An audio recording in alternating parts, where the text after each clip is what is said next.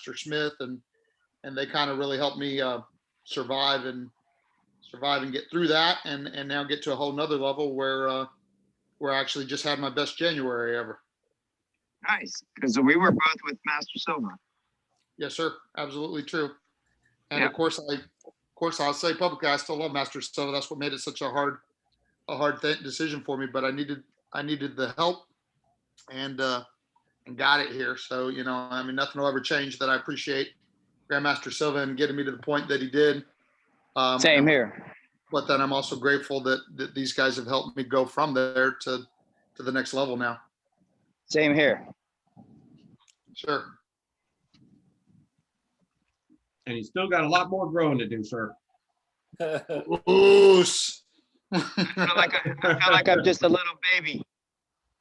Yeah, me too. That's what I'm. I teach my students, and I'm sure I'm not the only one. That principle of you know what you know, and sometimes you know what you don't know, but it's what you don't know that that'll get you. And that's kind of the situation that I realized I was in when I started learning from Grandmaster Smith and Grandmaster Oliver and Grandmaster Moody and the rest. So yeah.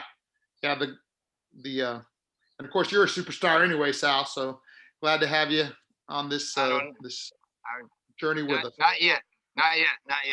Well, Sal is a former Annapolis cadet, right? Right, Sal? Yes. Midshipman. Yeah. Cadet would mean that you're putting me at a lower status with the West Point guys, and we always beat Army. Yeah, I guess mid is better than low shipment, huh? Yes. That's like putting me in the same level with Grandmaster Castillo there. He was an Army guy. You know what I mean? Super duper paratrooper. So see, to just say Army guy would put me in the same category as the legs. Okay, let's don't get into the different, which branch is the best, okay? We'll kind of keep it that they're all created equal in their own Yeah, Smith, area. somehow I'm sure you started this. Yes. No, it was He's good at starting fights, sir. He is. He is. I keep trying to teach him peaceful conflict resolution. Yeah. Yeah, that's not going far. It really hasn't. No. That's why Steve has his muscle shirt on with the tattoos. He's taking care of my peaceful resolutions. Yeah, your concept of peaceful resolution is to punch them, have them fall unconscious to the floor, and then remark that it's now pretty peaceful now, isn't it? No, I never heard Just wanted to say, like you knock them out and before you get a chance to hurt them. this is where I first met Grandmaster Oliver right here at Hotel Del, like over probably, 10 years ago, sir, I think it was? Oh, is that where you're at? Yeah. Yes. What a property. Hotel Del. Yeah, Sal thought the meeting was there today. Yeah. The at the Stanley Hotel where we've met a number of times in Estes Park was in part inspired by the Hotel Del. The inventor of the Stanley steamer wanted to create a mountain getaway comparable to that. So, and accomplished it other than the ghosts, I guess. Reputed to be I think the most haunted hotel in the country, the inspiration for The Shining. Okay, so Matt Smith, have you? I'm sorry I plugged in a little late. My equipment was malfunctioning, but we haven't taken any questions yet, sir. Okay, well let's start with that. Anything specifically that anybody's having problems with or concerns about? I got one. I'll jump in, sir. Go ahead. It's not really a problem or a concern, but it came up in my staff meeting today. We're kind of talking, as you talk about the next problem and the next problem that you're looking to solve, because of course we want to create new problems. So like one of the amazing changes that I made when I came on with you that has served us so well is the family-based focus. And like all our classes are family classes, and it's made all the difference in the world.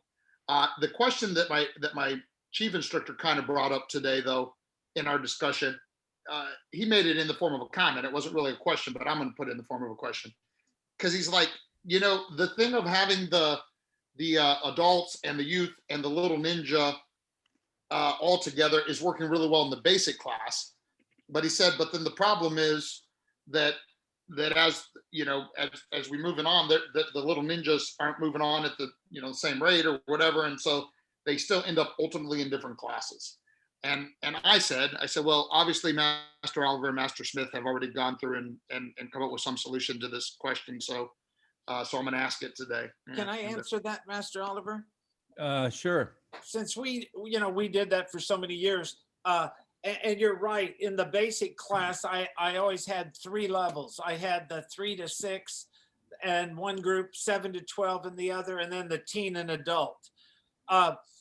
We make sure before we put them in to a level 1 class that they can actually keep up. My 3 to 6 have to be able to keep up with the 7 to 12, or at least be able to follow along, right? And we know they're not going to be as good most of the time as the 7 to 12.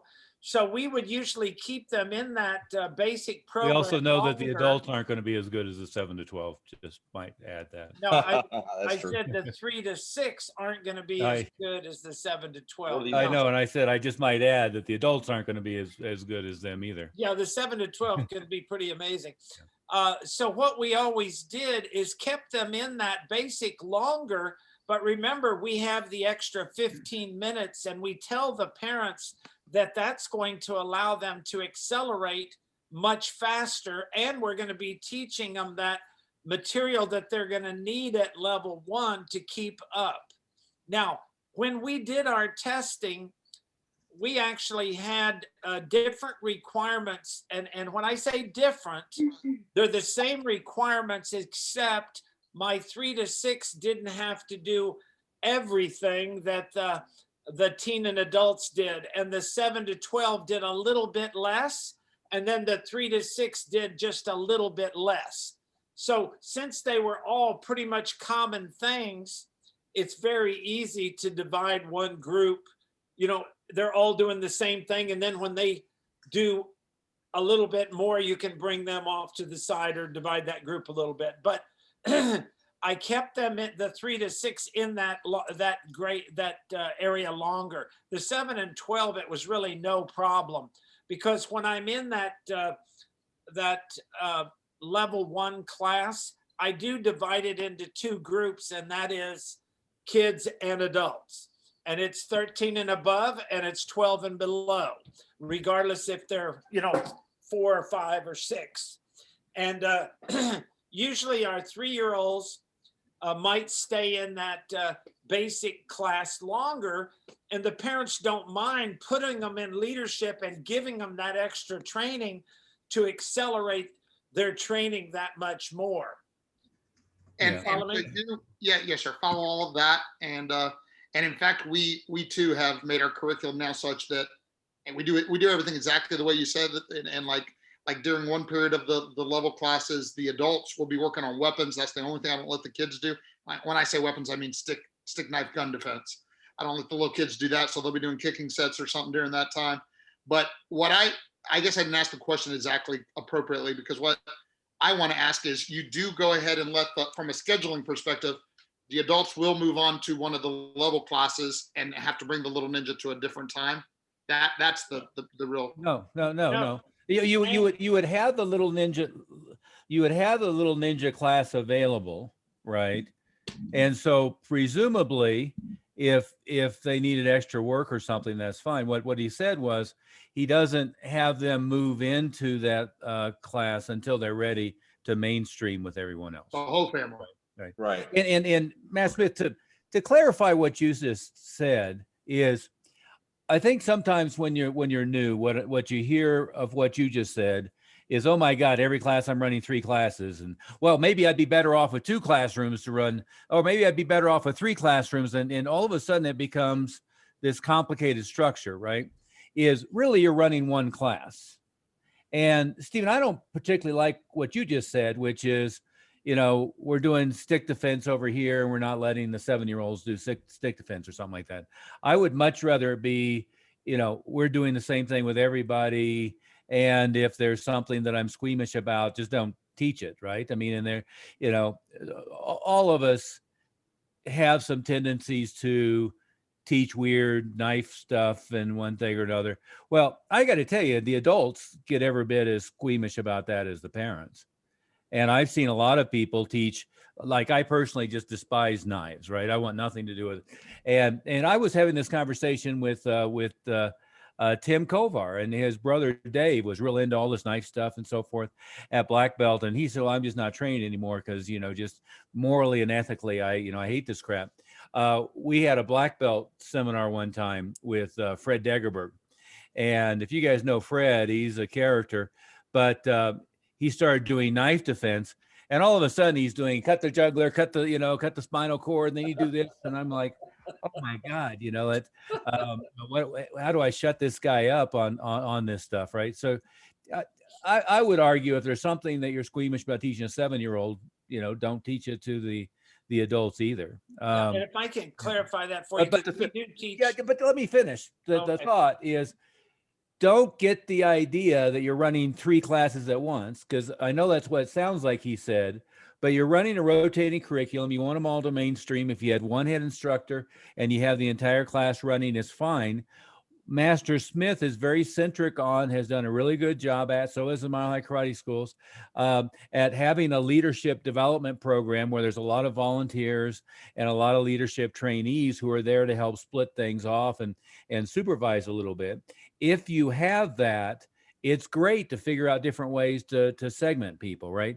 But what I don't want to do is have a class with 3 separate curriculums that necessitates having 3 separate instructors running 3 separate classes. And I certainly don't want to have it be, at the same time I'm scheduling 2 different rooms, I'm scheduling 3 different rooms. That's again an overcomplication. But go ahead, Master Smith. I'm sorry. I would also add, I want it to be Let me even finish further. with what he said there just a second, Master Moody. Sure. Because there was 2 things he said that I was going to refer to. Is one, you threw in there that so you hold the other family, older brother and father or mother back while the little kid. No, I don't do that. If I have a 3 to 6-year-old who has a 7 to 12-year-old brother, I will let him move in sooner because he has the brother to help him at home, and I'll give him that assignment to give his brother a little extra help, right? So we don't want to ever do that. I don't want to have the father waiting there in basic class, even though he's doing that leadership part. Now, remember, in our school, we don't move them into level 1 black belt training until they get to orange belt. That means everybody, regardless of age, stays all the way through white, all the way through gold. Now, if I have a little ninja that's 3 to 6, their belt rankings take longer to get to gold belt because they'll have a white belt with a gold stripe, and then they'll get a gold belt with a white stripe. And so they'll take a couple extra testings in there before they actually get to orange belt. But when they get to orange belt, then they go into level 1. If I have a 3 to 6 who has older brother and sister, I will do a jump promotion and move them to orange belt when I'm moving them into level 1. Do you follow me on that? But you just cycled back through the same problem. Is the 4-year-old may take longer to get to a comparable level, although part of the solution, not the entire solution, is that the 4-year-old is going to do better while training with the parents or training with the older brother or sister. Absolutely. Yeah. And- So And the other problem that I heard jump out for me there, which is great. Like, as I said, Grant Cardone always used to say, you want different problems. So maybe I'm looking at the wrong problem because if we're keeping everybody, I have not been doing that. I've been upgrading people white belts and yellow belts straight into my level 1 leadership class. If I'm going to do that, then I need to have more basic classes because I'm already spaced out.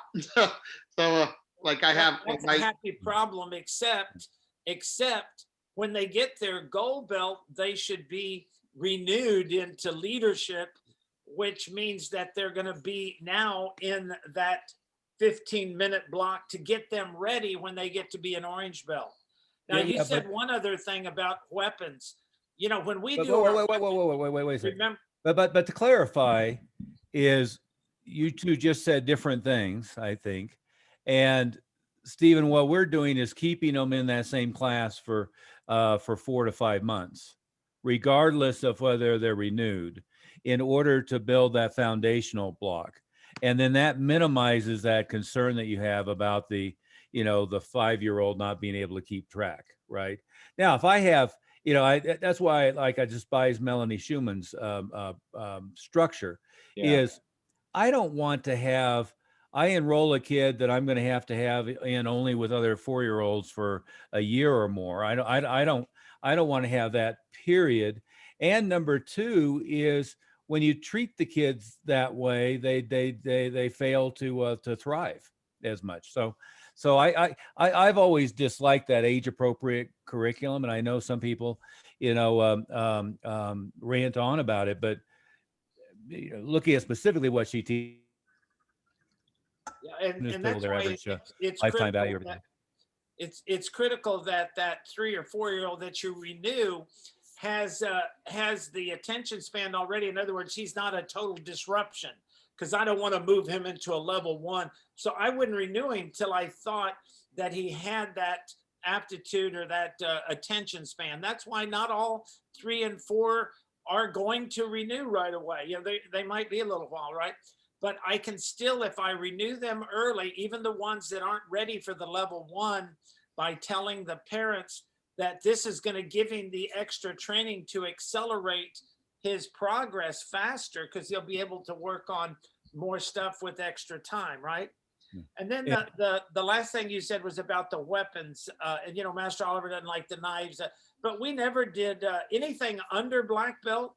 Was always the foam style. In other words, the knives were rubber, the nunchucks were rubber. So we kept it with that. But we have every kid or adult in level 1, they all do the weapon. Why? Because it's taught at a level 1, which is a beginner level of the weapon. So you're just teaching them the basics of how to hold it. If it's a nunchuck, how to do the grabs or the catches. And again, Matt Smith, when you're talking about weapons, it's different. What he's talking about weapons, he's talking about the person's holding a fake gun, the person's coming at you with a fake knife, and a person's coming at you with a fake stick. You're talking about defense against that. He's not teaching about teaching nunchuck, bow staff, etc. So those are two different things. And again, I don't think there's any problem with teaching a 7-year-old knife defense. Now, I would have a knife that doesn't look to a bystander like a knife, right? Rubber knife. Yeah. One of those thick aluminum ones or one of the wood ones. But I would be careful with adult male, adult female kid on the language you use about how this is working. I've seen. I mean, there's idiots who have, pictures of people having gotten sliced up by knives on their website. And this is why you need to learn self-defense, because this is what's happened with a knife. And, I've seen people, in fact, we used to do it when I was 14. We'd do knife defense demos with a live Bowie knife that had been, my instructor was a tunnel rat in Vietnam. So he had crawled through tunnels in Nam with his Bowie knife, and we had it slicing past my ear and my genitals. All that stuff is moron shit, right? I mean, you want to use language that is not going to put a violent and graphic image in their mind, right? And there's this funny assumption that everybody loves it. Yeah. There's this assumption that, well, everybody loves it, and that they're going to love what you tell them they love. Yeah, those ex-military guys are going to love that. But they're going to love what you tell them they're going to love.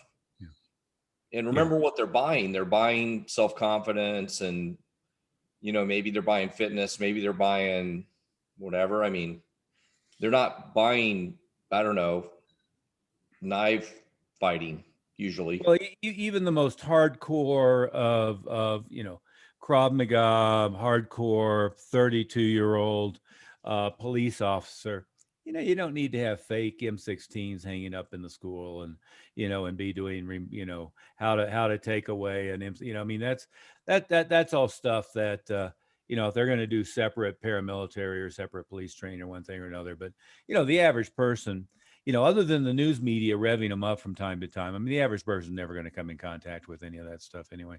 But let's move on, Dave. Stephen, did that accomplish your question? Yes, More or sir. less? Thank you. Okay. Thank you. There were several questions I wanted to get to. Paul's here somewhere, I think. You had a question about running an ad campaign targeting seniors. Are you here somewhere? Yes, sir. Oh, there you are, Paul. Okay. Yeah, too many grids. Talk about that.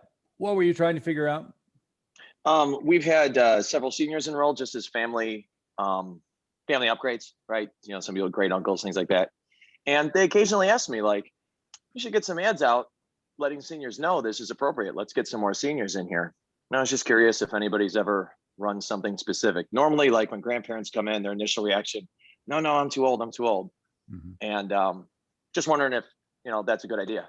Define senior and be careful how you define senior. Well, it's always 20 years older than wherever you're at. Exactly. There's the as in So Master retired. Smith thinks senior starts at 100. That's recently retired. Okay. That's politically correct. Yeah. There you go. Anybody have a good answer to that before I address it? No. Here's my argument, Paul, is, just because they suggest you go spend money trying to do something doesn't mean you should go try to do it, right?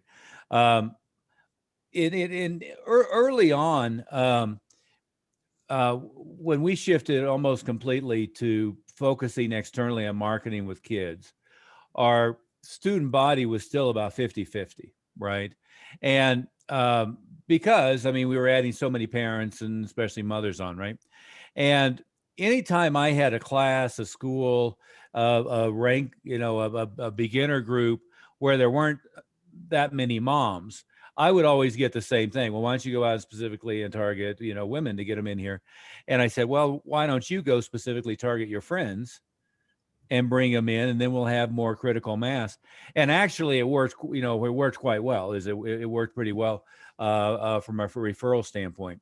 I have other than yoga, Tai Chi stuff that already resonates with them. There's the old ad concept of getting inside the conversation already going on in their head. And what a lot of us try to do is say, this group of people have never thought about doing this before. I should tell them that it's a good thing for them to do. That tends to fall on deaf ears. Okay.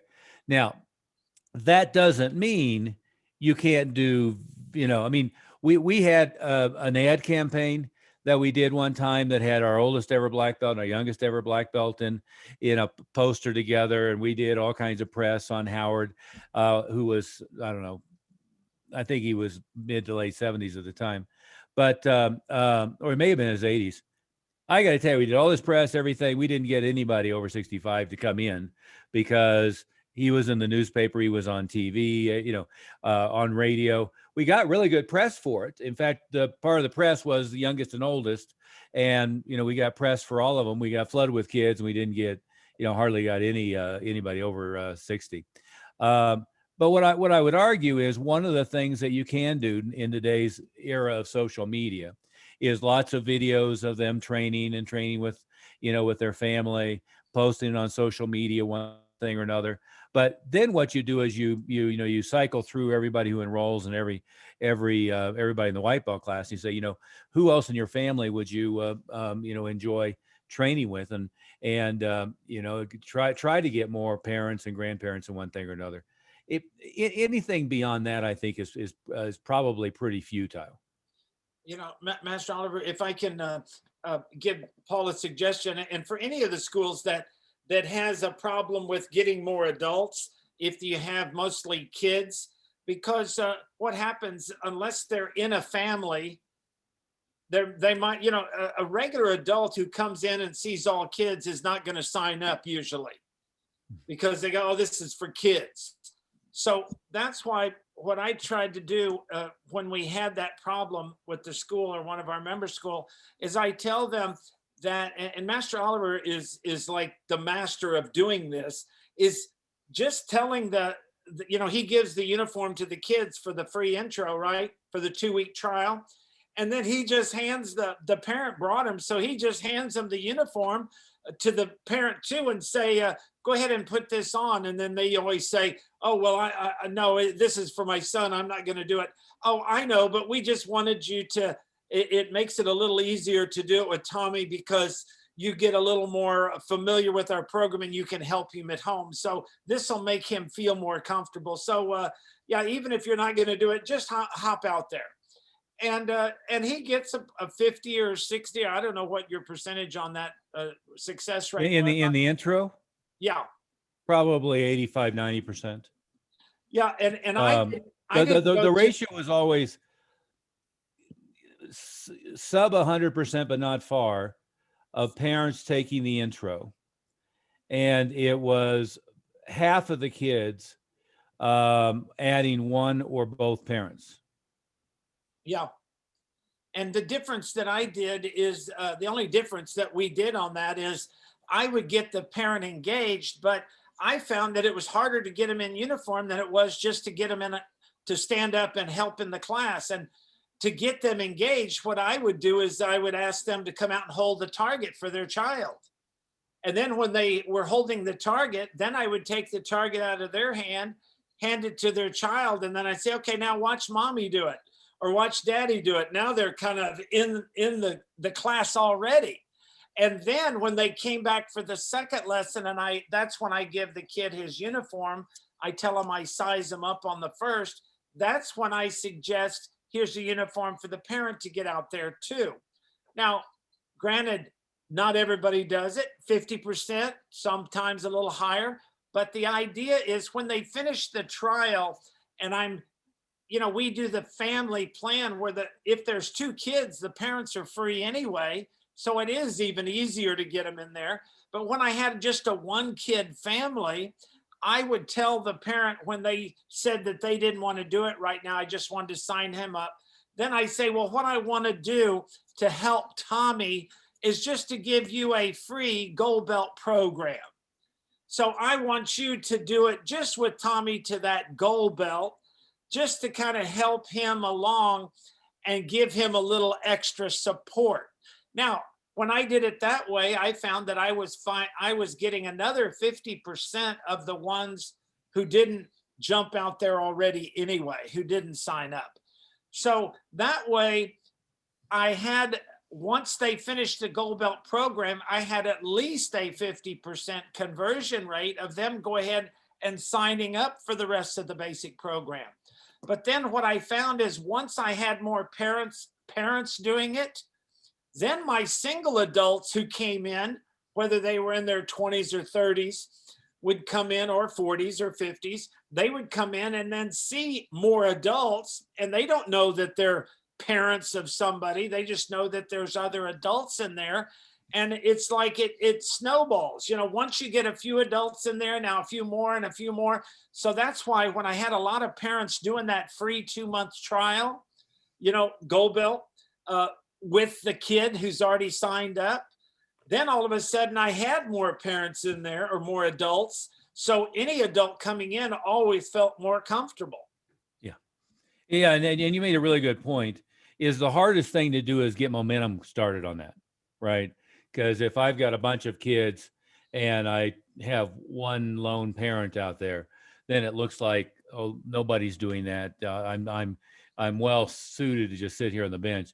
But if the class is, if there's as many adults as kids out there, and or if it's even 1/3, 2/3, I mean, you got enough critical mass to get it going. And of course, if you're doing BJJ or something like that, you got to have enough of a mass so you have decent partners and so forth. But Paul, as far as the 60, 70-year-old crowd, there was an effort there for a while. June Ree did a breathing program he called Shim Shim Key.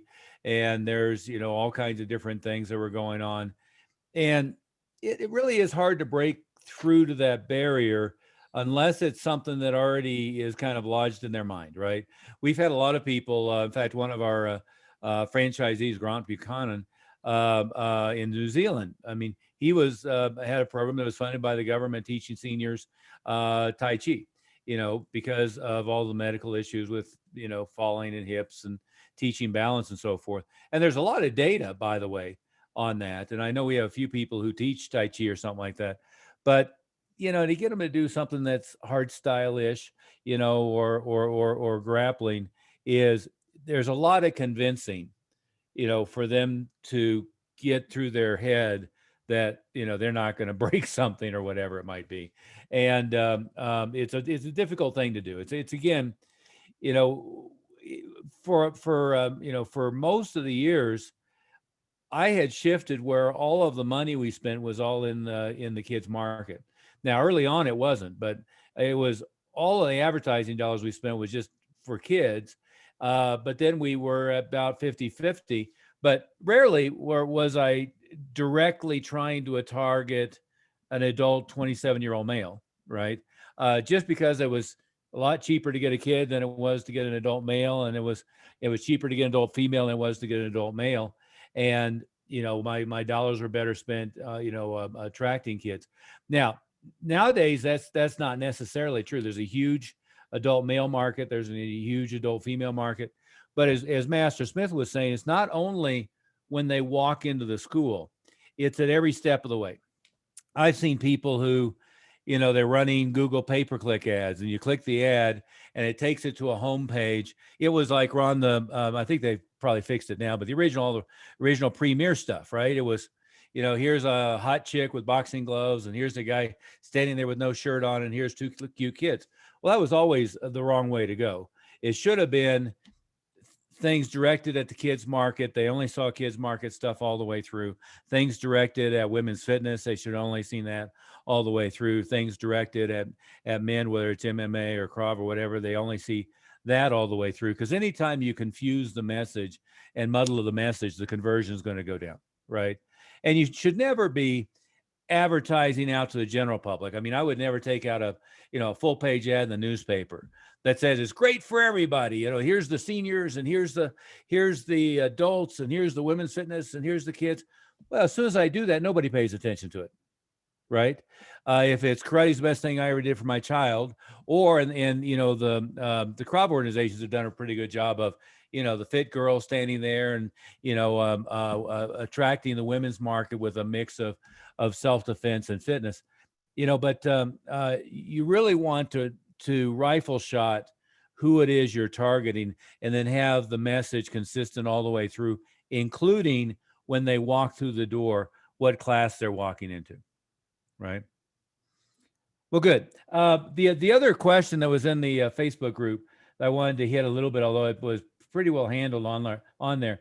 Leo, you had talked about shifting from landlines to cell phone for the school. Yes, and it's actually been working great. It's one of the best things I think I've ever done. Yeah.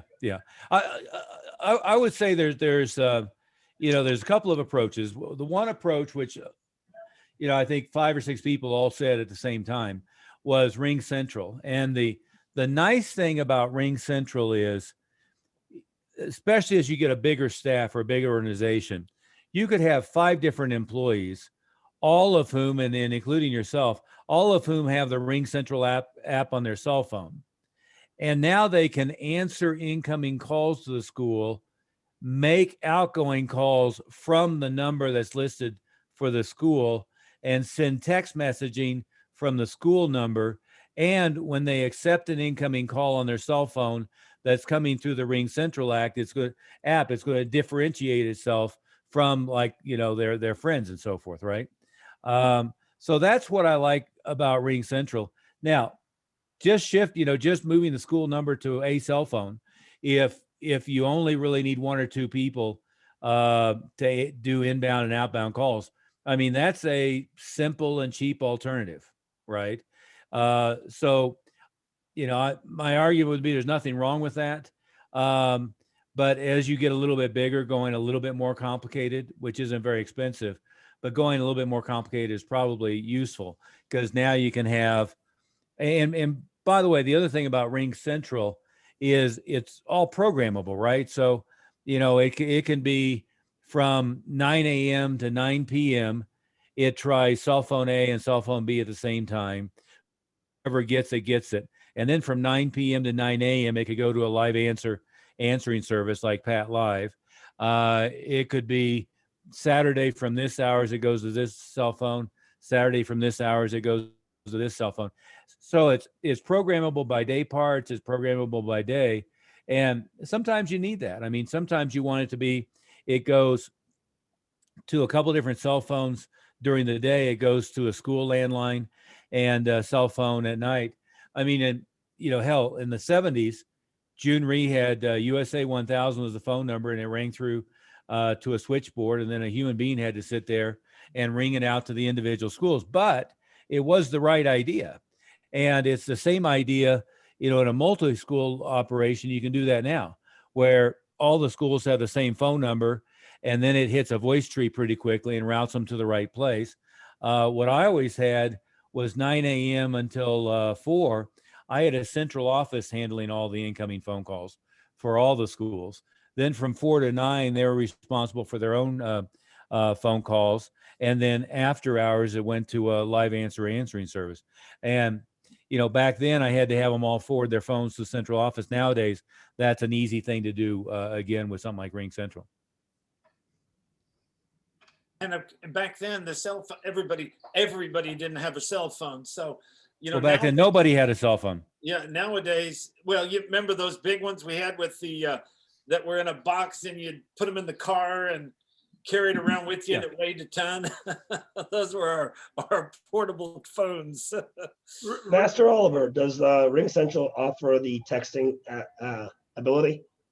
Yeah, absolutely. Okay. So now it's not for. I may not be completely up to date. They may have added some features I'm not familiar with. And by the way, they also they run group meetings and individual video meetings and so forth. It used to be that was all run by Zoom, and I think they have some of their own platform now. But it's very comparable. We have some members who only use Ring Central to do their classroom video, everything, which is fine. But what it will do is it'll let you accept incoming text messages and let them do outbound text messages where the caller ID reads the school phone number. And you see what I'm saying? So, what my objection was always from employees is, well, I don't want to use my personal cell phone to have people call me or do outbound calls in the school, because then they're going to call me back, and they're going to call me back at 9 o'clock when I'm off. You get all that kind of stuff. Well, all that goes away if instead of them making outbound calls or sending outbound text from their personal cell phone, it's on the Ring Central app. The problem with just having a phone number on a cell phone is, whoever has a cell phone is the one responsible. Now, there is obviously forwarding and stuff, but it just makes it a little bit more complicated rather than having it automated and automatically handle it. And I also like the function where it can go to 2 or 3 different numbers at once, and whoever gets it, gets it. Well, and also you can schedule it so that if on one day it's one person, another day it's another person, another day it's another person, or you're for yourself, you can schedule it. That's really nice. Yeah. It's really made all the difference in the world. I mean, we can say since and with Master Moody doing such a great job getting us web leads, with Red Marketing, and then the fact that they get called back right away. Or they get called right away in both cases through the Ring Central, because we have it set up to where it rings to the program director first, but if she doesn't answer it within a couple rings, it goes to the chief instructor, and so it always gets answered now. That's the biggest difference in the world. Yeah. It this That's is the not, Ring Central. say it again. Say it again. Yes, sir. Ring Central. Yeah. And there's a number of different more or less comparables. There's some that are cheaper. I mean, hell, Google Voice is free. But Ring Central is the best choice I've come across. We've used Talk to Me or AKA Line 2, and it worked fine, but it didn't have as much as much programmability and so forth as Ring Central. And I mean, all the way up to their massive corporate PBX systems that can handle tons of lines and so forth. But even Ring Central is all the way up to some pretty significant. Like I work with friend and associate who, well, guys all know Peter Harnish, but in Peter's Northwest Mutual office, it's all on Ring Central, the whole company, meaning the entire Northwest Mutual with over 9,000 employees utilizes Ring Central. So, it's really scalable. Where some of these other things aren't scalable at all. Google Voice doesn't accomplish very much as an example, even though it's free. Any other questions on that? Yes. Not anymore on that, but can I ask questions about paid in full for 1 year, 4 years, 6 years program because of the income tax coming out now and people getting more money with the income tax with the COVID and all that good stuff. I just did my taxes last Sunday and a lot of taxes coming back. Yeah, I sort of got that. The problem, Sal, is anytime you're not at a fixed location, thus violating our rules of engagement, it's hard to have a clean video signal. But you ask about doing paid in fulls, and because people have more money because of their taxes, or yeah, well, and Yes, paid in full. I think the first part of that is right now, meaning January through late April, is always a good time to go through and do balance payoffs because some portion of your students will have a refund coming, and in fact, some of them have a big refund coming, and then you have stimulus checks, and as a slight political aside, most of the stimulus checks are going to people who have more disposable income in the last 12 months than they ever did, and whose credit card balances are already being paid down and so forth. So most of the stimulus checks are just going to be people paying down credit card balances or putting in savings. So it accomplishes the opposite of what it tries to accomplish. But yeah, I mean, I don't think a $600 or a $1,400 extra check is going to make any much difference in that context for, given our tuition rates. But certainly the fact that right now, those people who aren't in an industry who got severely affected, whose career is fine, they've got more disposable income, they have more credit line on their credit card, and they have more money in savings than, most years, because it is one of those weird years where an awful lot of people, I mean, if you're in telecom, if you're in any kind of tech industry, if you work for Amazon, Walmart, or Costco, and you can go through the list, most industries weren't impacted unless they were directly in hospitality or in travel or, fitness and martial arts has been. Just luckily, we've been smart enough to outsmart the government trying to kill us.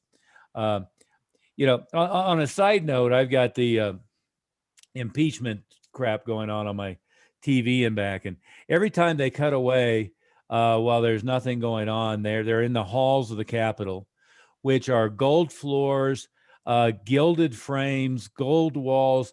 No wonder these guys all think, and gals all think, they're monarchs and in charge of us. It's a rather gilded environment that they're speaking from, I must say. But remember, we've done a lot of paid in full videos where we talked about how you can actually optimize those and get more of them, and how to approach them, and how to do that presentation. So make sure you review those. And if you just go on our Facebook page and you put paid in fulls, then you'll see a whole bunch of posted information that we have about it. Would be very, very important. Master Oliver, I'd like to, I'm not sure if this is Russ's first or second meeting, but I just wanted to introduce Russ Northrop, our new member here. who was a former member back in the NATMA days, I believe. No, it hadn't been that long. It was about 18 months ago. Oh, okay, so fairly soon. And I think we, who else did we have that was, they were just on here and I saw, oh, there, Mike Weaver. Mike has been on several meetings now. Yeah, He's an This old is- hand now 3 weeks later. Is this your third meeting now, Mike? You're muted, yeah. And guys, remember in your top right-hand corner on your Zoom, it has different views. You can put it as a speaker view, gallery view, full screen. So you've got a couple options. So you don't have to ever have everybody up in one little corner with just one person there. So whatever view you like, you can adjust that. Yeah, exactly. But anyway, if there's any other questions, we'll address that. Otherwise, we'll get to our kind of primary topic here on the our rotating curriculum, which is statistics and keeping track of your numbers, knowing your numbers, right? Anybody have any other specific questions? No? Okay. Well, so Matt Smith, I'll let you start. Let's talk about tracking your numbers and knowing your stats, and then Master Moody, we can get a little complicated on online and marketing stats and so forth. Yeah, you know, we put a whole spreadsheet out that has January through December and the important things you should be tracking as a minimum, you know. And if you're not tracking these stats, if you're not keeping up with where you are, you don't know really where you're going. Sometimes, you know, you might have heard us say, if you don't know where you've been, you don't know where you're going. In other words, you've got to look back to see what the trend is in your school. Is your school on an upward trend, or is it on a downward trend, or did you flatline? And the only way to know that is to not just wait till the end of the month to have all these stats, but to actually analyze them on a weekly basis. So I would never start a month without having a goal that I'm shooting for every month. And if I don't have stats, then there's no way to track whether I'm even going to reach those goals on all those different levels. And the goals are going to be, you know, leads, appointments, intro, enrollment, renewal, cash, you know, gross, your total gross at the school, and your active count. And if you're not tracking those major numbers right there, all of those numbers really determine how successful your school's going to be. You know, Steve Del Castello just had a record month last month. Well, if he hadn't been on top of his stats, he wouldn't have even known that it was a record month. He might have known I made more money than I ever did this month, but he wouldn't know how he made it. See, the difference in keeping stats and just knowing how much money you made is you know how to analyze how to make that same amount or more again by copying. Because, and I'll tell you how impressed I was with Steve that I haven't seen from many people is not only did he set a goal, but he was down to the last day of the month. And I know, because I've had many sleepless nights doing this same thing with my staff, is, you know, we're $500 away from our goal. You know, we've got to make that 500 today. We've only got 2 hours left today. You know, we got to come up with 500 or 1,000 or 2,000 or whatever it is. And then he's subtracting out, and then he gets down to the wire and hits it. And then, you know, bing, bing, bang, I made my goal. See, if you're not digging for every dollar and reaching towards a level that you want to get to, then it's hard to keep getting better and better. If you just leave it to chance, then it's always a hit or miss. Then your school's gross looks like this, down like this, up like this, down like this. Whereas when you analyze as the year goes, you want to see that it's got a steady increase. There might be a dip down, on a month. Well, if you had a dip down, then you need to analyze through your stats what caused that dip. Well, I didn't get any leads, or I got these leads, but I didn't get enough appointments, or I got the appointments, but didn't get enough intros, or I got enough intros, but I didn't get enough enrollments. Well, I got enrollments, but I didn't have any renewals or upgrades, right? My cash was down. Why? I could have gotten a couple paid in fulls and solved that problem. If my enrollments are down, maybe I need to get more renewals to make up for it. Maybe my cash is down, so I might have to get a couple paid in fulls to make up for it. See, it's never a bad month. There's no such thing as a bad month unless you let it be a bad month. Yeah. Well, See, and Master you Smith, don't wait let's till the last day of the month and say, I'm having a bad month. I know at the first week, I should have reached a fourth of my goal. And if I haven't reached a fourth of it, now I've got to change what I did this week to upgrade to make next week, so I'm back on track. I'm sorry, Master Oliver, go ahead. No, all I was going to say is what we want to be looking at is benchmarking against what we know, the numbers should be.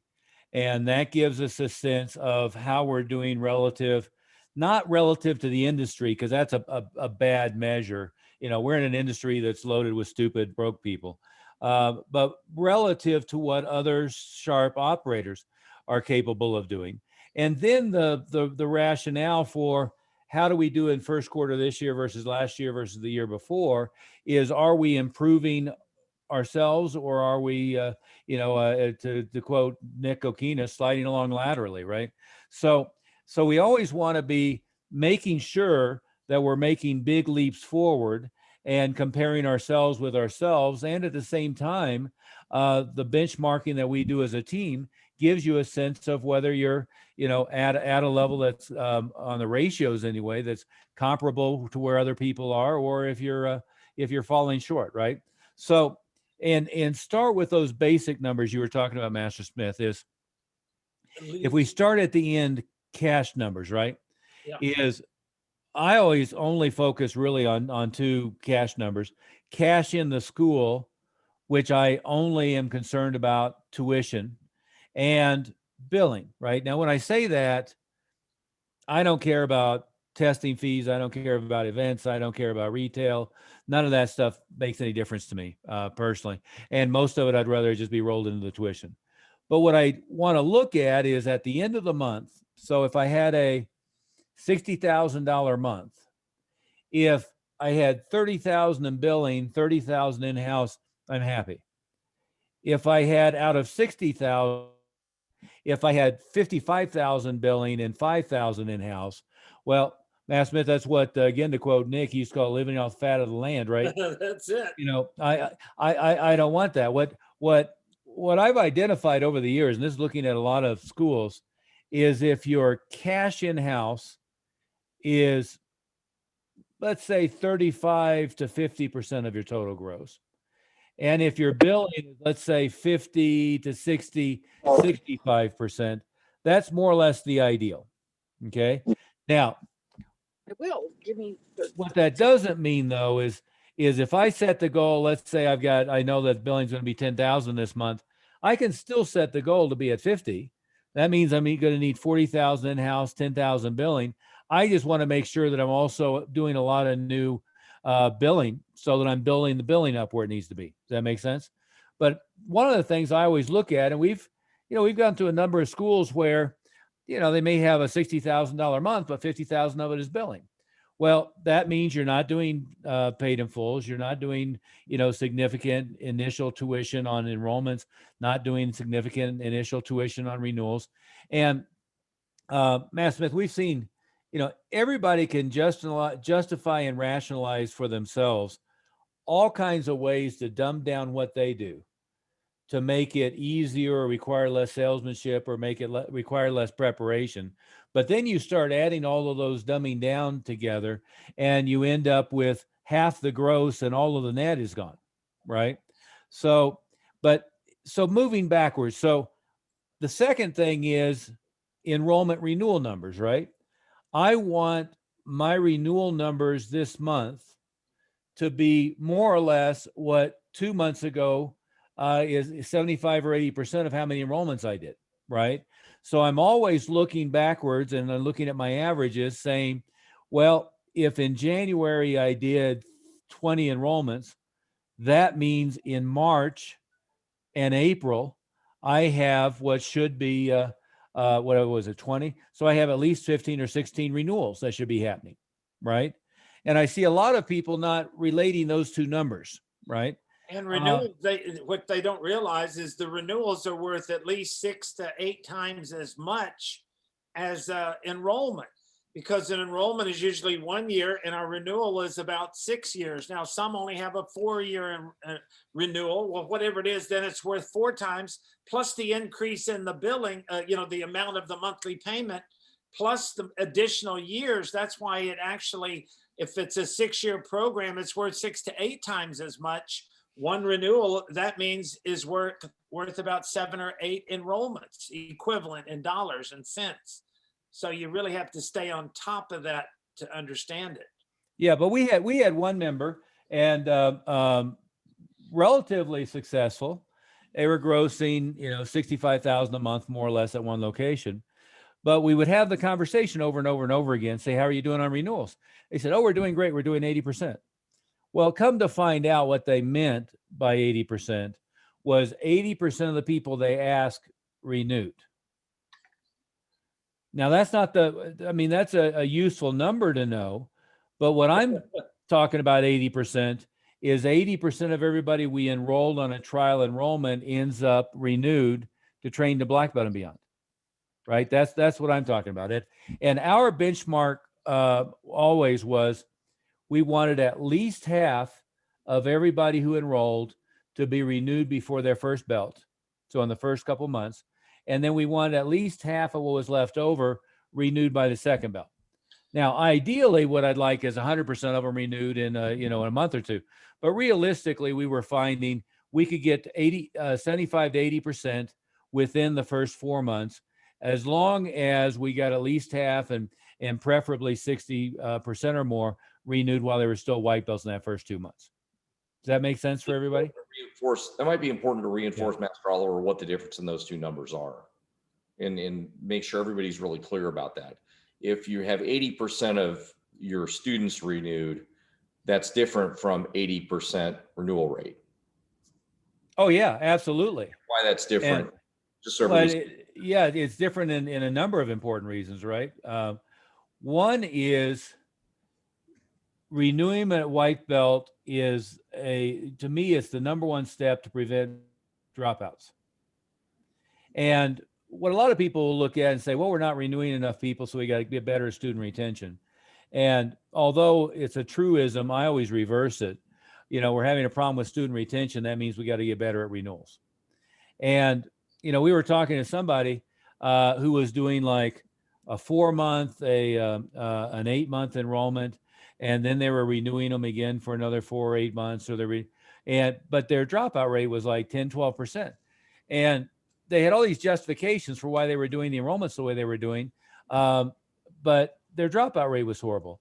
And I said, well, all of your justifications are leading you to an easy route to close the deal, which leads to a really flaky student that's likely to drop out. So that's what you want to be looking at. And again, going back to what you said, Master Moody, well, if I renew everybody, if I enroll them for a year and renew them at the end of the year, I'm guessing 100% of everybody I talk to at the end of 12 months about renewing is going to renew. Most of them are. But the problem is, if you're losing, let's say 5% a month, is every month you've lost 5% of your student body. So statistically, that would indicate you only have 40% of those people left, but your dropout rate is always centric to your first year students. So really, by the time you get to that first year, you only got 20% or 15% of the people you enrolled left at the end of the year to begin with. Does that make sense? So you got that funnel, and where you want to talk to them and get them converted is at the top of the funnel, not down towards the bottom of the funnel. And don't think that renewal is going to happen in those 2 months just because they're coming to class. There's a whole process, and that's why we have that student enrollment folder.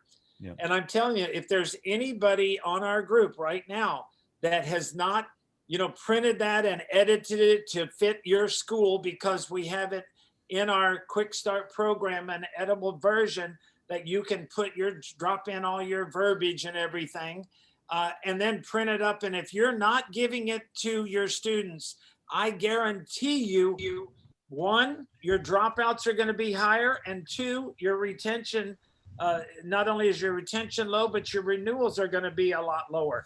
That enrollment folder, a lot of people think because we call it an enrollment folder, that's to help get them enrolled.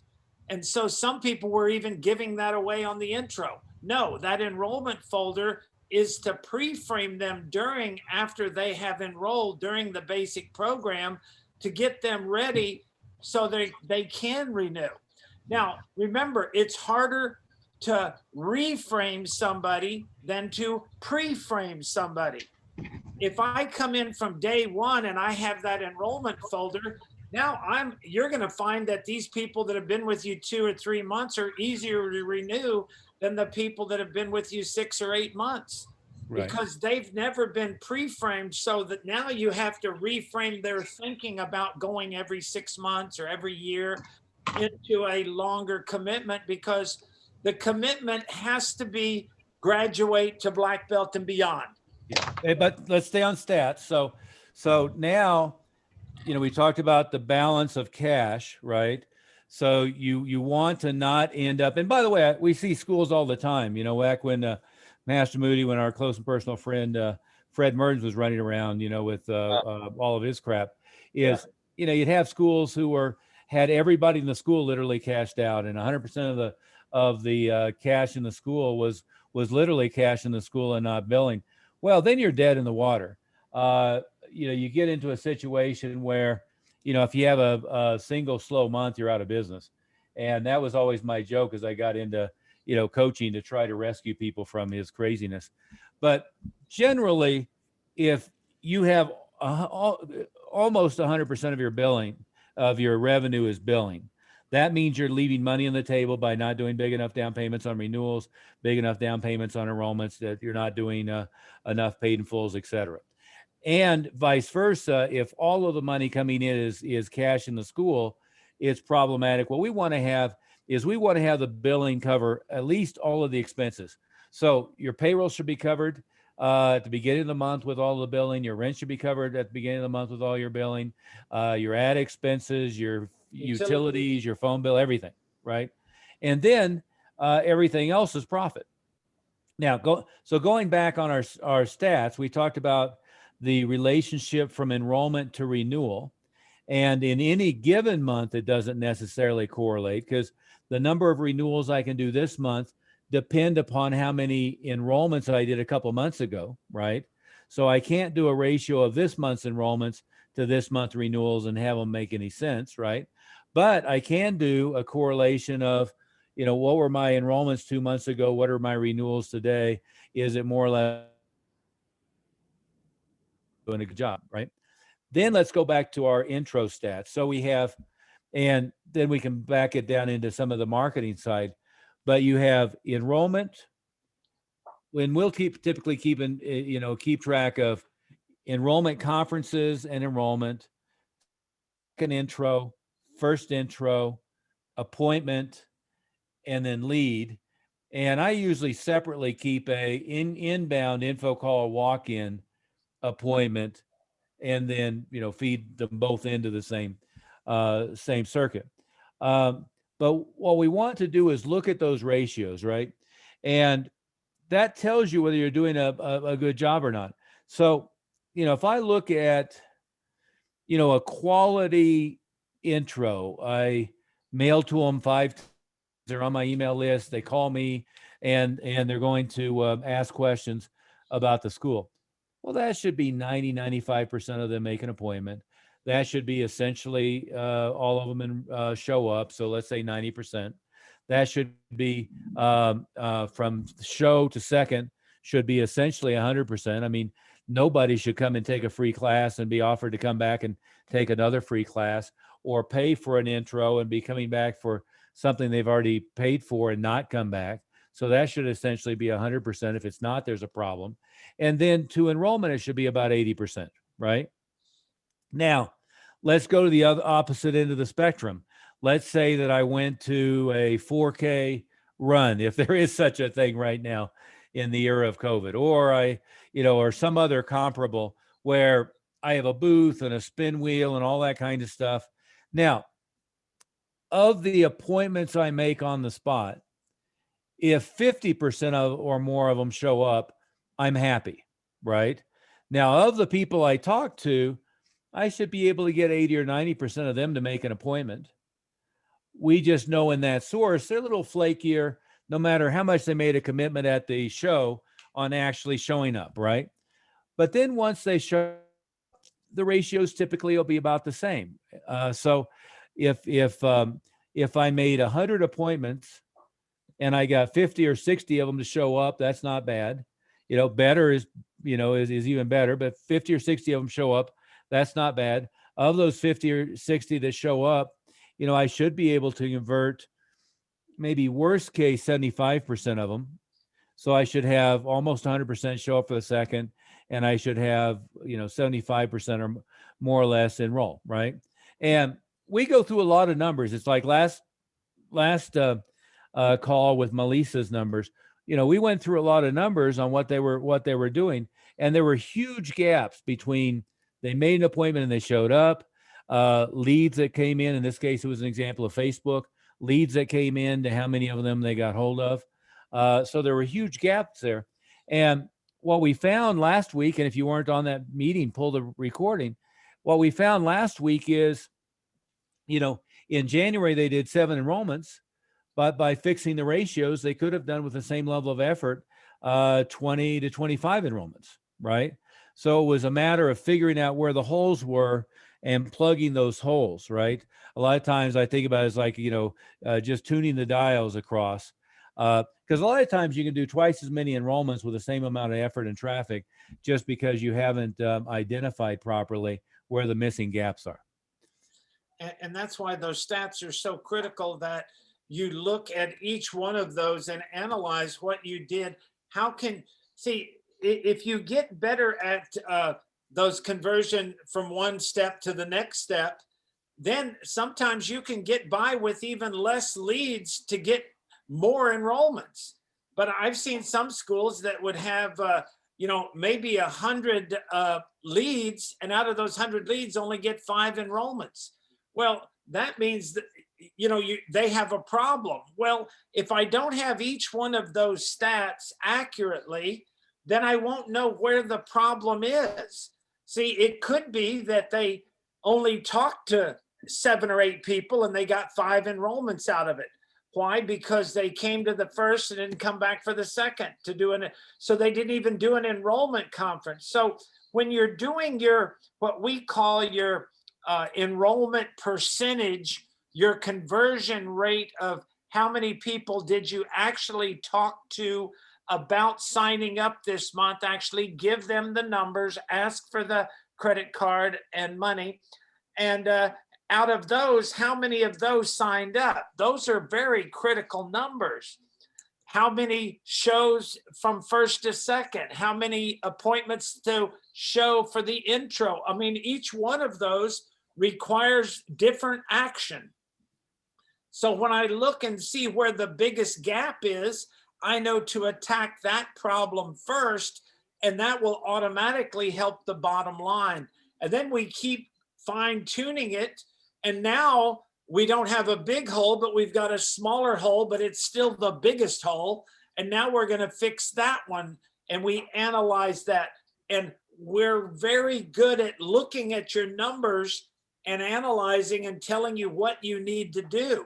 But when you don't even have your numbers or they're not accurate, then everything is a shot in the dark. It's a guess. Well, I guess we could do this, or I guess we could do that, because we know the bottom line is if we get you more leads, if you go out either, internet, internal marketing, external marketing, or internet marketing, and you get more leads, no matter how bad you are down the line, you will get more enrollments.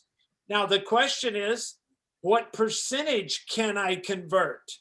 The better I get at all of those steps, then when I get those leads, they're a lot more valuable. So that's why Kate keeps real good stats for everybody. As long as you let her know how many people showed up for an intro or made an appointment or enrolled, then she can analyze your cost analysis. So you can say, it costs me in my school X amount of dollars to get a lead. It costs me this much to get an appointment. It costs me this much to get an intro. It costs me this much to get an enrollment. Yeah, yeah. And Master Moody, let's shift now to stats to keep from online generating a lead and some of the other elements there. So, and Rev Marketing does some great websites and great SEO, but Google Analytics is pretty much the universal tool for keeping track of website traffic and so forth. But let's talk a little bit about that, Master Moody, about unique visitors and opt-ins and so forth. What some of the numbers to really pay attention to there? Well, it's pretty straightforward. You want to think in a lot of ways, your website's like your school. I mean, if you put your school on in a busy street and you did a lot of marketing and you got a lot of visitors to come to your school, and that would be step one. So job one of your website is to get more visitors to the website. So that's something that we want to track.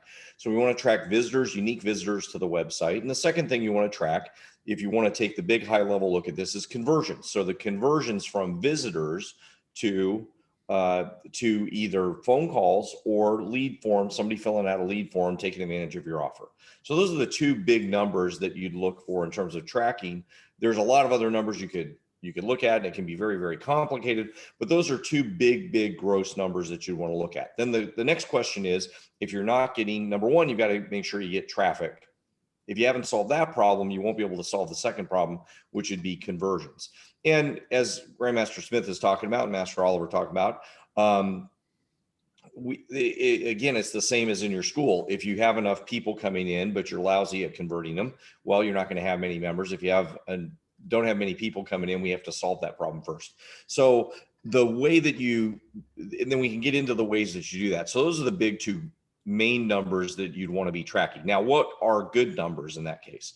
So as far as conversion goes, Google will tell you that for a lead generation type of website, 3% from visitor to conversion is a pretty good number.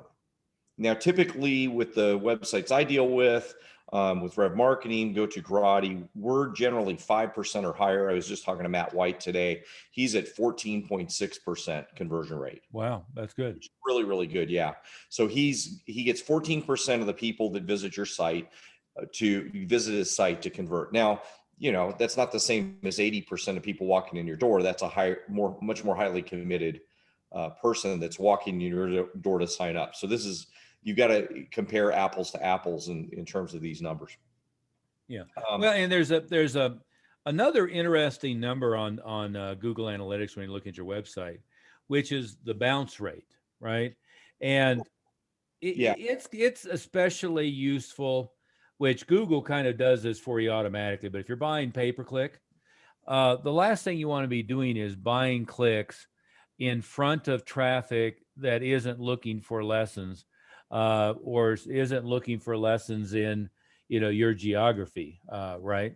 So a lot of times we'll see a mismatch there. So somebody we'll look at their web traffic, and let's say they're buying a lot of clicks. I have somebody I worked with briefly that's in Washington State, and I tell the story a lot about I can open Gmail and I can search on Google, and I always come up with his ads. Well, and this is pre people doing online Zoom stuff. Well, nobody's going to drive from Evergreen, Colorado to, Seattle, Washington to take classes twice a week. At the very least, you want geographic containment on it. The other thing that happens sometimes is you end up with, maybe you end up with traffic of people who are looking to buy a martial arts uniform, or you're looking for people who are looking for somebody's martial arts, or MMA record or something like that. So with SEO, you're not quite as concerned because you're just kind of casting a wide net out there. But certainly if you're paying for the clicks, Google will tap that down pretty quick because they don't like bounce rate either. That means they were off target. But Well, let's explain what bounce rate is, because Yeah. you said bounce rate, but I don't think we explained. okay, good. Bounce rate means when they come to your website and how quickly they leave your website. So think about it as they got to your website and bounced off. So that's what bounce rate means. So you may hear that term and make sure, I think for some people that may be a new term, or you've heard that term, you may not know what it is. So that's measured in terms of percentage. And another measurement of bounce rate would be time on site. So when we measure numbers in your website, we look at the time on the website. Those are not as critical as the first two that I said, number of visitors, conversion rate. So sometimes we'll see websites that have a high bounce rate, but the conversion rate's great. We won't mess with that. We won't really, get involved with that. If you have a high conversion rate, sometimes we'll see a high bounce rate. We don't care about that. So you've got to make sure that the two numbers that we care about most, lots of traffic, lots of conversions. And then typically for the type of sites that we have with high lead generation values, the bounce rate is going to be higher than, now that you understand that, then something that's like a newspaper site, like, if it's Washington Post or Wall Street Journal or USA Today or one of those sites, they would just die for more time on site because they're selling advertisements. So there's different measurements. And that's one reason, Master Oliver, for the group, you've got to be really careful about working with people that are so-called website experts. Yeah, using the wrong metrics. Yeah, they'll look at the wrong measurements. I think this is a good example to take a little time to talk about that, because very frequently we talk to people either in this venue or with my other hat on with working with Rev Marketing, where they've got a person in the school. There's a guy in the school and they do marketing for him, or they do, website development for him. And what happens in that case is, well, they may do a really great job, but they're working in Atlanta for CNN. Well, the purpose of that kind of website is to sell advertising or to promote them and get impressions. And what you want is members, right? I mean, that's our ultimate metric that we want, is we want to get members from this doggone thing. So it doesn't mean that those things aren't important measurements. If we look at Amanda Olson's website, she's doing a lot of stuff, or Travis Took, he's doing podcasting. When you start getting bigger and you start doing more stuff, there's some of these metrics will matter and we look at them, but you've got to be really careful with focusing on the right things. And this is not different at all from the numbers that Grandmaster Smith, Grandmaster Oliver are talking about. We got to focus on the right things to make sure that we get the real results we want. So if somebody was really good at this stuff, but they were good in another field, they're very likely not going to be really good at a lead generation type of website for what we do. Yeah, a lot of times they build big brochureware or something like that. That's not useful. Or another thing that's problematic is, so let's talk about a couple other numbers you care about. Another number you care about is load times, how fast your website loads. And we have to use developer tools, kind of expensive developer tools that we pay a lot of money for to measure that. If anybody wants to connect with me on that, I can get our guys to do that analysis for you. But where the reason this matters a lot is if your website loads very slowly, Google cares about that a lot, because let's say Google brings back a search result. You're looking for plumbers. You're looking for, I don't know, whatever you're looking for. Let's say you're looking for plumbers and you get a list of plumbers and you click on the first one and that website loads really slow, or it has really bad technical characteristics. In other words, some of the links are broken or the pictures don't resolve really well. And you go over to Yahoo or Bing and their list of websites loads really fast. And they rank websites higher based on speed. Well, which website provider or which search engine you're going to use? You're going to use Yahoo or Bing. Well, all these guys know that. So they rank websites based on how good the user experience is, how well the sites perform. So even if have more content and you do a good job with the term you heard, SEO. So you keep hearing that term, which means search engine optimization, which has a lot to do with how much content you have on the website, meaning if there's a lot of content, that it's relevant to your business, which in our case is martial arts and kids activities and lots of things that people might search for, and that it's recent, that it's changing, that you keep adding new stuff to it. So if any And of you're gonna do a complete SEO seminar, and he was gonna do a complete renewal seminar. So Well, staying on stats, right? you asked about the numbers, Yeah. and so the number of how fast your page load is, there's some you have to use a tool for this, and if your page load is slow, then you're going to be ranked much lower. Yeah. So the three big numbers you have is, well, for page load, technical score, which you have to measure with some technical tools, number of visitors, and conversion rate. Those would be the main ones. Number of visitors is just a rough number. You have to increase that by doing more marketing or by having better page load speed and better technical score, or better have more content.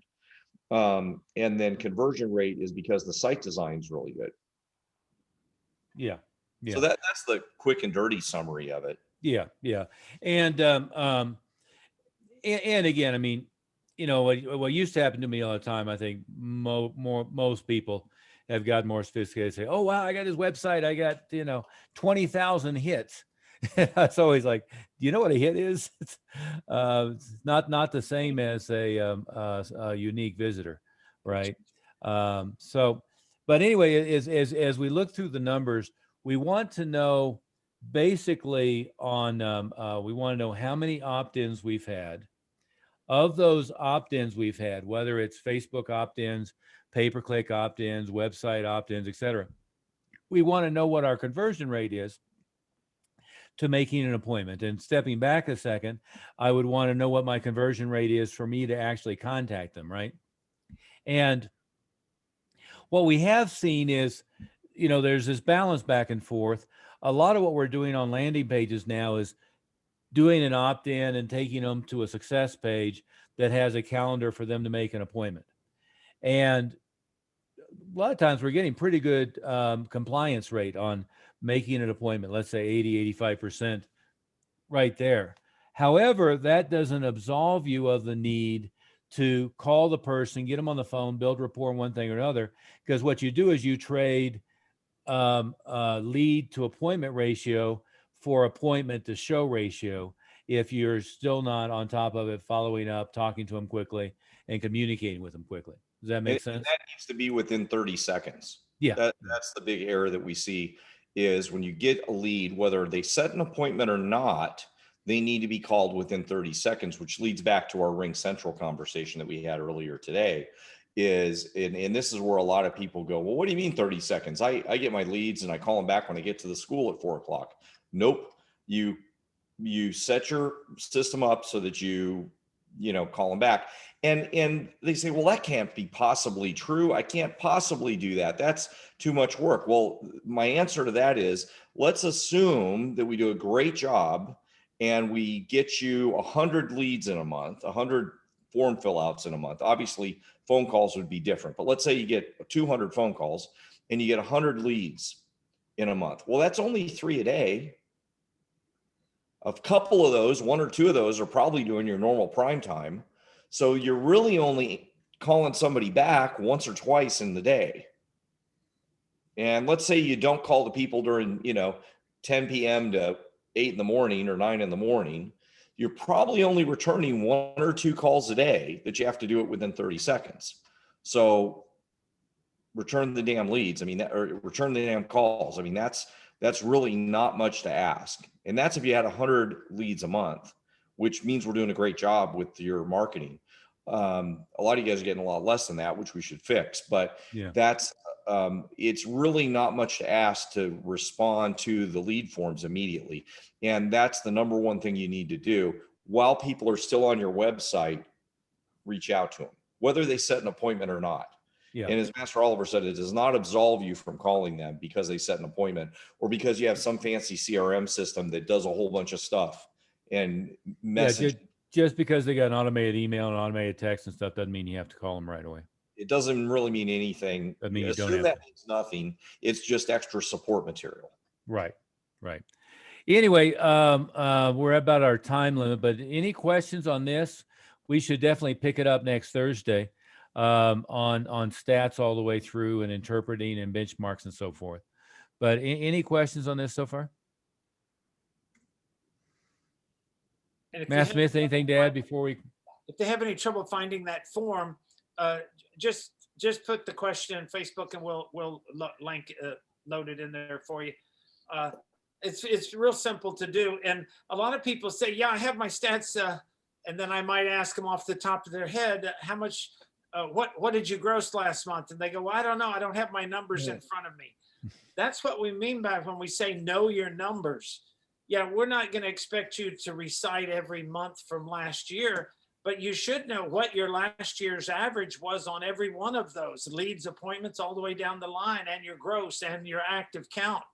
You should know last month what my gross was. I know better than some of you what your gross was last month. Like Steve Del Castello, I know he did, a record month last month, and I know his numbers. And that's just because he posted them or he was on top of them.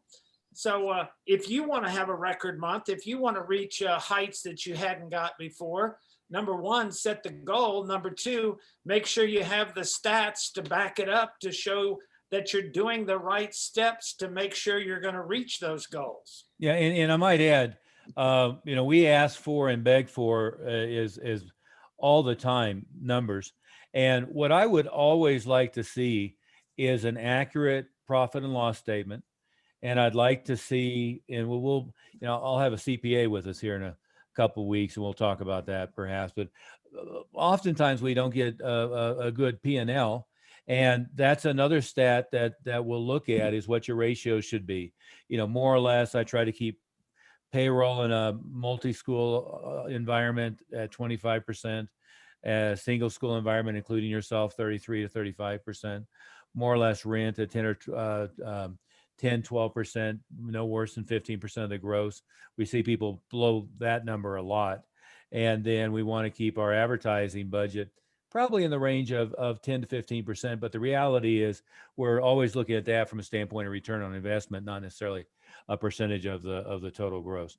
But we'll pick that up next time and keep talking about benchmarks and walk through the numbers a little bit more, and then shift on to our next topic based on how many questions and how many things we need to go through from there. And one last thing, just on that stat sheet, have it on a computer's fine, but also print it out, have it on a clipboard, so it'll show what last year's average was. It'll show what every month you're going to be doing. And that clipboard is right in your office where you can look at it quite frequently. That's exactly. Yeah, absolutely. Okay, if I'm not mistaken, Dervish, we were going to stay on here for a bit. Okay.